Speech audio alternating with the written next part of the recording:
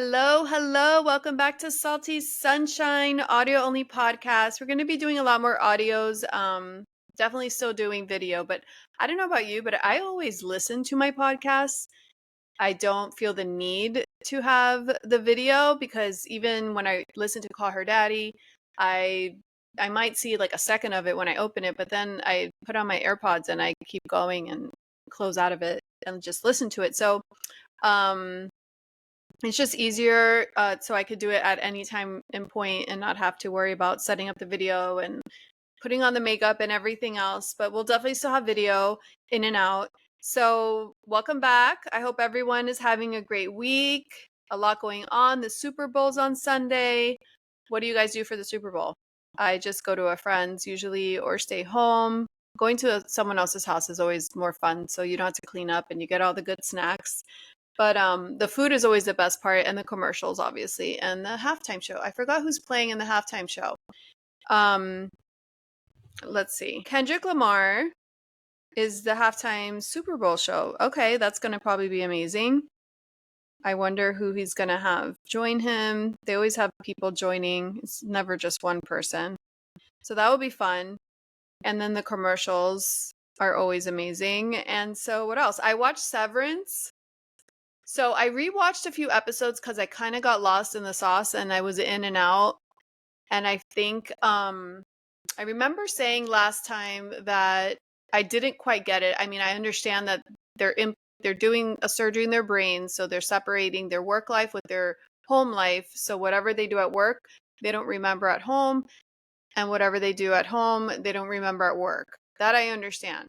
Why they're doing this is what I don't understand. And the show, although it's cool because it's different, the concept, it's kind of boring at times. So it's hard to get through. So you kind of miss a lot of the information. One of the ladies in the show, she's doing whatever she can to get out of there during the day. She hates it so bad, and she can't get answers, obviously, because she has no power. And she even tries to kill herself at one point. And at the end of season 1, spoiler alert if you haven't seen it, at the end of season 1, they construct this plan to get one of the guys inside the like technical room so he can switch their brains. So basically when they're out of work and outside in the outside world, the guy switches their brains to inside work. So their inside work brain outside, and so they can actually see what's actually happening. And once they figure that out, the people, which one of them is Patricia Arquette, they try to stop it. But then season 2 starts, and there's only like 3 episodes or so out, and it's once a week. It starts with them back at, they skip like any consequences and stuff, and it's months later and they're back at work. So that's kind of depressing. They did all that for nothing, and they're like still working there. But they now have memory while they're at work of who they actually are and how their lives are outside. But I don't know why they can't do anything about it or leave, or I don't know. I don't know. I'm gonna keep watching, but it's not the best. I don't recommend it. I don't think it's not entertaining enough. But I still want to know what happens. You know what I mean?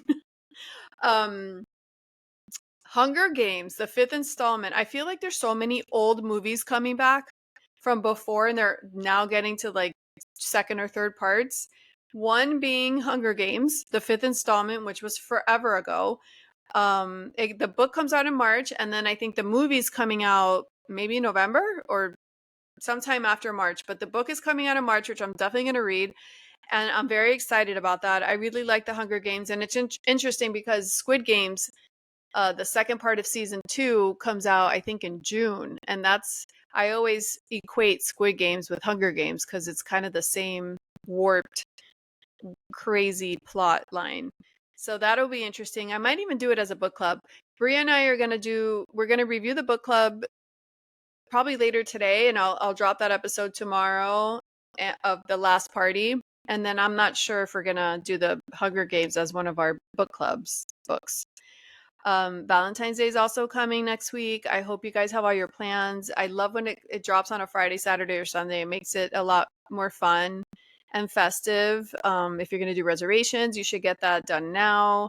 If you're going to do also a lunch on a Saturday, I love a lunch. I love a brunch. I love day drinking. So that's also a good idea if you want to do something like that, a picnic, a walk. If you want to do a walk somewhere and, stop in, have a drink, get some lunch. I love a daytime situation. So for Valentine's Day, but also Love is Blind is premiering on Valentine's Day, as it usually does, which is so fun.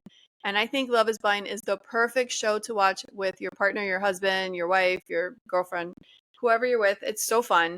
Even with your friends, if you're doing a Galentine's, watch Love is Blind premiere. It's so fun to talk about and see the dynamics of everyone. That's my kind of thing. So for Valentine's Day, drop your best Valentine's Day ideas. I'd love to hear them. I'm not huge on Valentine's Day, but I like any holiday that's cute, the cards, the colors. I like a theme. So it's always fun to bake and whatever. It's just fun. So also on TV, on Prime TV, You're Cordially Invited. It's the new movie with Reese Witherspoon and Will Ferrell. I haven't gotten around to that. It looks cute, but I got nervous for Reese. Her last movie that was on Netflix with, I think it was Ashton Kutcher. I couldn't get through the first 10 minutes. It looks so dumb. And I love her. And I'm a cheesy girl. I love a good cheesy rom-com. And it didn't work for me. I think Brianna always says they're always pumping out so much material that it's not quality anymore. And it's kind of like a lot of the same and it just doesn't hit. And that's very sad for me because I rather have less stuff but make it better quality. So I'm gonna give it a try. I'll report back. A big congrats to Madison LaCroix from Southern Charm. She's finally pregnant. I don't know if you guys watch Southern Charm. She's had some issues getting pregnant. She already has a son, but with her new husband, she had some issues getting pregnant, and then he had some health issues with his thyroid. But now she announced she's pregnant. The new thing now, everyone getting pregnant, they're using the Clear Blue. The company Clear Blue is sponsoring them, and they do a little commercial. And that's pretty cool. When you get pregnant and you're a celebrity or an influencer, you can get paid to announce your pregnancy, which is bizarre, but that's great, right? They're getting paid to announce their bundle of joy.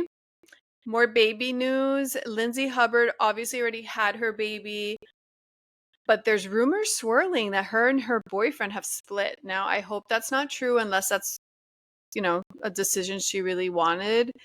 But no one's confirmed it. It's just a rumor, but usually these rumors have some sort of validity.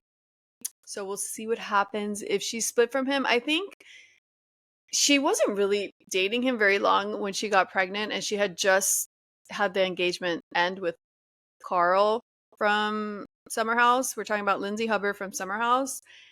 I think the fact that she has a baby, she'll be okay. I think what she really wanted was a baby, and obviously she wants a relationship, but she's had plenty of relationships. She hasn't had plenty of babies. So now that she has her bundle of joy, I think she won't be as heartbroken if it doesn't work out with her and the guy.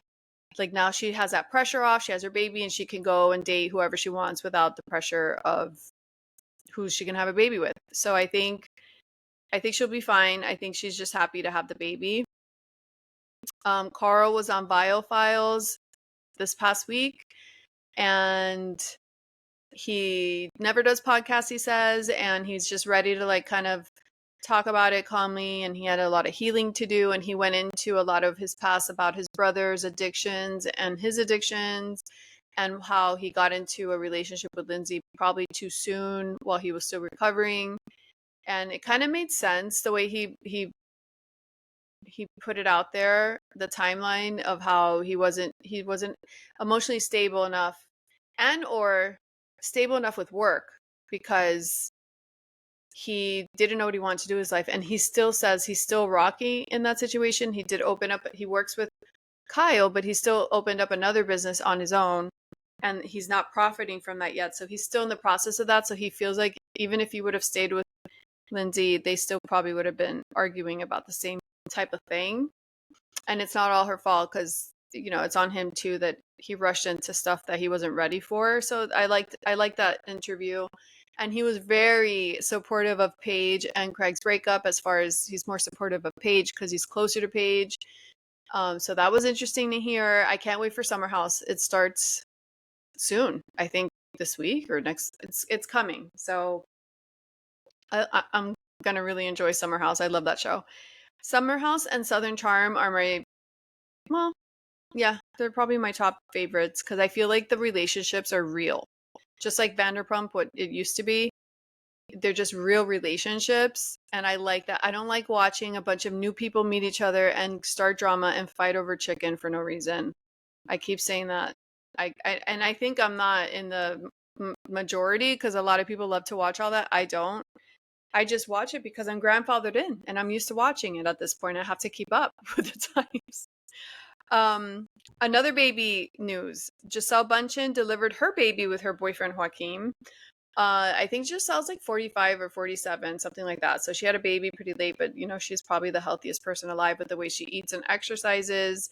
And women these days can have babies until their late 50s, I feel. I saw an article the other day of a grandmother that no, not a grandmother, a mother. Her daughter was having trouble. Her daughter was having trouble getting pregnant and she couldn't get pregnant for some reason. So the mom, and she had already passed menopause. I think she was in her 60s. And she carried the baby for her daughter and her daughter's husband. And she delivered it just fine, which is so interesting. So, she couldn't have it naturally, but she can carry it. Other news. Alison Hokler, she is Twitch's widowed wife. Twitch is the dancer. He was on So You Think You Can Dance. He was on the Ellen DeGeneres show. He's a DJ and he's also a dancer and entertainer. He sadly took his own life and left Alison with her one daughter, and then they had two together, so her three kids. But he kind of adopted the daughter that she had when they got together. Alison Hokler, so Twitch's family is up in arms. They are really coming after her because they really do not like that she's spilling his business, which I personally don't agree, but that's just my opinion. I think as a mother and a widow and the wife of someone you were with for 10 years, she has every right to talk about her situation, and she's not bad-mouthing him, and she's not talking about him in a negative tone. She is simply sharing their story. And I think it's so interesting how people love to hear, they love to read a memoir, they love to watch a movie about someone's life. And what is the difference with this guy? I don't get it. He lived a life that really no one knew what he struggled with. He was beloved by everybody, and she's not tarnishing his image. She's just letting you know the things that were happening in real life in a classy way. She's not saying anything negative. She has kids with him. She doesn't want them to hear anything negative, but it's just the truth. And you can't get offended with the truth. And so she wrote a book. And when she came out talking about the book, everybody ate her alive, and friends and close family of his came and told her off and all these things. And she's basically saying, this is my story, and his addictions are part of my life because I was married to him, and this is what happened to him. So I have the right to say what I saw and what I found and what I heard and everything else. And I agree with her. But now she's fighting with his brother, and the brother leaked their phone call, which I think is illegal and should not be done. And then they found an arrest photo. I guess she got arrested a few years ago and she was intoxicated. They released that. So see, what they're doing to her and the mother of their family, nephews and nieces and grandchildren, that's not right, because they're doing it maliciously. What she's doing is not malicious. She's just talking about it. And in a recent interview, she said that Twitch went and did one of those ayahuasca retreats, I guess that drug that people take to kind of clear up their mind and heal from trauma.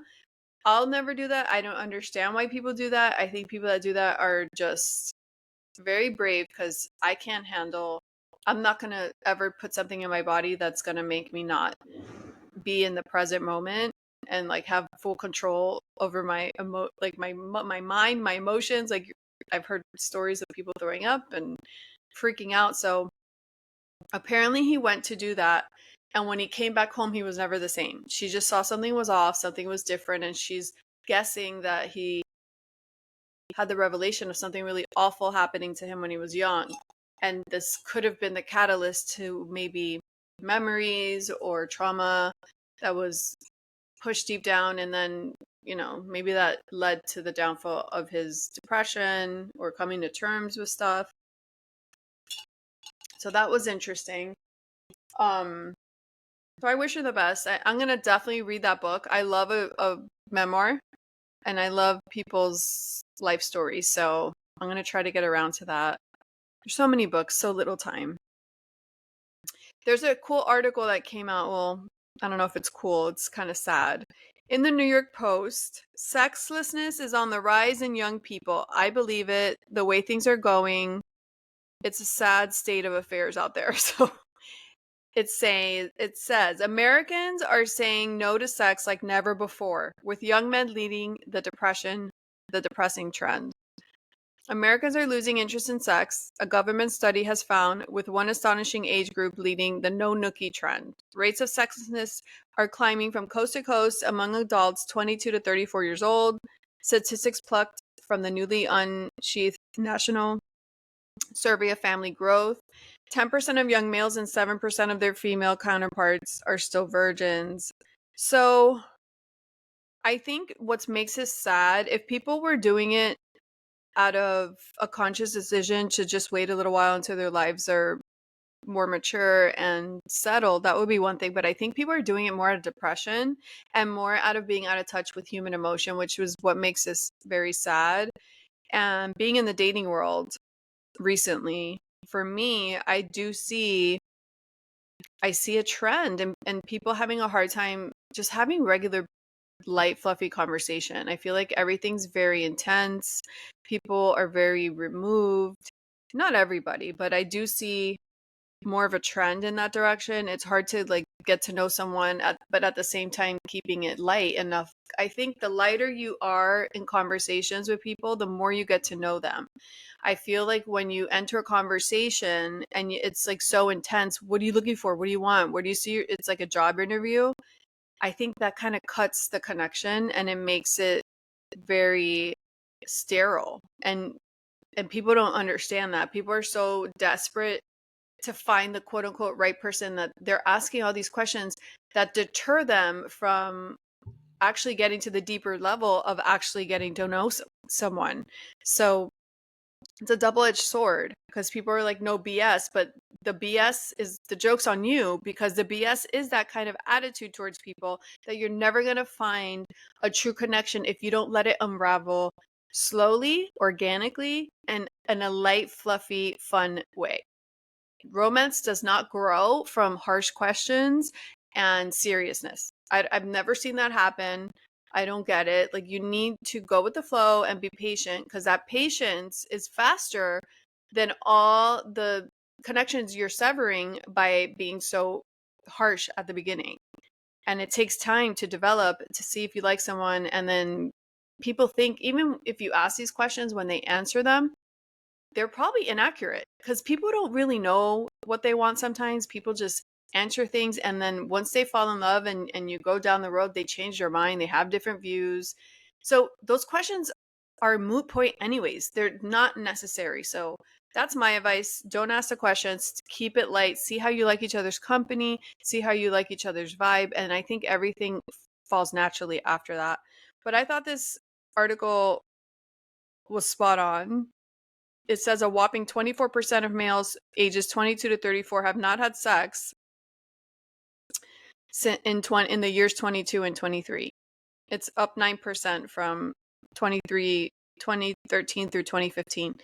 So that's crazy, and I think it's because of the situationship baloney. It's not, there's a difference between having casual sex, which is not great, and then having situationships, which are a complete horrible like blow to your emotional system. A situationship is like you're treating people like garbage essentially, and that's how I see it. It's like a throwaway, And, if you meet someone and you really like them and like 3 weeks later you hook up with them and then you figure out you don't like them, to me, that's not a situationship. To me, that's dating. And that's healthier than going back and forth and just being available for some loser that's using you essentially. And there's really nowhere to go and there's no conversation and there's no nothing. At least if you're dating and you hook up and you don't like each other, that's more respectable than having a situationship. But I digress. So that's in the New York Post. And the Grammys were this past weekend or this past week. The big news of the Grammys obviously is Kanye and his wife, Sensori, which how ironic that her name is Sensori. There's no censorship in her life with this Kanye person. She walked the red carpet completely naked in a completely see-through sheer dress. It was absolutely horrifying and disgusting. You could see her labia. She had a big black like fur coat, and then once they got on the red carpet, which they weren't even invited to the event, I've heard, he tells her it's showtime or time to whatever, and she takes it off and she's completely naked, and it's absolutely disgusting. And I think he's like a modern day pimp. I used to be Kanye's #1 fan as far as music, and I think his music is like amazing. And obviously he has his whatever mental issues he has, but I could separate the music from the person. And I'm not going to stop listening to his music because I like it. And I don't know why people do that, but I no longer like him.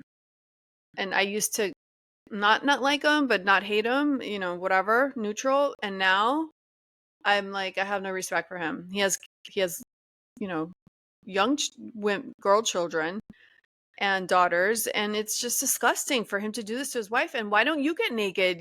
Why don't you get out there and be disgusting and feel uncomfortable and show your body? Like she doesn't want to do this, it's like, but you know what? She's an adult, and I think she's being stupid, and women do the dumbest things for men, and this is just one of the examples. So I didn't like that. Beyonce won Best Country Album. Everybody's up in arms for winning Best Country Album. I don't know. Did I think she should win? No. Do I think it was an amazing album? No. She had one good song on there. I listened to the album and it was fine. Was it all over the radio? Did people really love it? I don't think so. There was one or two that people liked. And maybe those one or two songs could have won something, but the whole album was not Best Country Album. I stand by that. But Beyonce's daughter Blue Ivy was there. And she looked really gorgeous. She's 13 and she looked like she was 17, but that's how kids are these days with the glamour and the makeup. But she looked really cute. And oh my gosh, this thing happened on the red carpet. I don't know if you guys saw these two influencer type fake reporters. I think they were just influencers that they put in there as reporters, but they're obviously not polished and they're not trained to be a reporter because they are interviewing Babyface, which Babyface is a legend. Babyface opened the doors to everybody. He's a class act. He's a legend. He's great musician, singer. So they're talking to him and they ask him a question. It's two girls. The one girl asks him a question and he's in the middle of answering. He doesn't even get like 3 words in. And the girl next to her with the microphone so rudely saw Chappell Roan. I don't know if you know who that is. I guess it's like the new thing now. And she's like, Chappell. And she completely cuts him off. And she's so rude about it that Babyface is like, oh, it's okay. Do you want to talk to her? Like, do you want me to get out of here? And they completely turned. They're like, oh, sorry. Yeah. And so they kind of dismissed him and talked to Chappell Roan. And everybody's so pissed, including Khloe Kardashian. Khloe's like, she put out a whole statement. She's like, that was disgusting behavior. How dare you be so rude to a legend? He deserves, respect. And he handled it so well. He just said, oh, you want to, great, whatever. He handled it with grace. And that was so embarrassing. And that just shows all these people that think they can get in front of a camera and because they have X amount of followers, they can do professional jobs. No, you can't. You have no class, you have no tact, you have no training, you have no respect. And it was it was so embarrassing. It's something everyone should learn from, that you don't, just because you're popular doesn't mean you could do everything and do it well. And that is such a good example. And I feel like they should sent him a huge apology because that was bad. That was so embarrassing. All right, Justin Baldoni and Blake Lively. I'm not going to get into the weeds because I feel like it's being taken care of by everybody else in the world. Oh my gosh, Candace Owens, which is a political, conservative political person, she's even diving in, and she's done the biggest deep dive on this case, and she's given Baldoni's attorney so much good information and investigative work on this case, and she's blown up. Her following has like tripled just because of her coverage on Justin Blake Lively, and Ryan Reynolds. So between Candace Owens, Dana Bowling, and No Filter with Zach, they're all deep diving. They talk about it daily, and I don't think there's any reason to really go into more than just general information because they deep dive so hard all the time. I listen to them and I see a lot of what they say, so I get a lot of my news from them. And Blake is now being sued by the Crisis PR firm. They're suing her for her initial complaint that she named them in. So this is just getting worse by the day. And Justin Baldoni and Blake's attorneys went to court this past week without them, and the judge basically did not put a gag order on Baldoni or his lawyer, but he did say to tread lightly because he's watching them and he doesn't want this to be a public spectacle. But Baldoni's lawyer and Baldoni already posted their website. They already launched their website with all the information they wanted up. So it was already up for everyone to see before they went to court. And now that the judge said, no, we're not going to hinder what you say, but be careful, then everyone can still look at all that information online. Justin he says that he's lost millions and millions of dollars. He's been dropped by his talent agency. He's been dropped by at least one, if not two projects that he was going to start working on, that it's costing him a lot of money. So I don't know. I think he's probably going to win this. We'll see what happens. The trial's set for March 2026, I think. And we'll see. There's so much information out there, and there's so much proof that Ryan Reynolds has lost his shit over Blake and Baldoni. And I think Blake kind of egged him on and told him things and like was complaining, and maybe she didn't realize Ryan was going to lose his crap the way he did and get so jealous. But all the clips from Deadpool of him making fun of Baldoni and having the flower shop with the name of the girl of Blake's character in the background, it's so obvious that he's hyper focused and obsessed with this relationship between Baldoni and Blake, and that he was jealous. And there's so much proof between his past relationships and all the proof of Deadpool and his little interviews and everything else. He's definitely unhinged. And so I don't think this is going to go well for them. But she has another movie coming out, which is another blast from the past. I don't know if you remember the movie Simple Favor with Anna Kendrick and Blake Lively, which I thought it was really good. I liked it. But that happened so long ago. That movie came out so long ago. And the second part, called Another Simple Favor, like part 2, it's coming out in May on Prime TV. So I don't know how she's going to do PR for that. Maybe she won't because it's Prime. It's not in the movie theater. But or maybe it is, but it's going to be on Prime as well.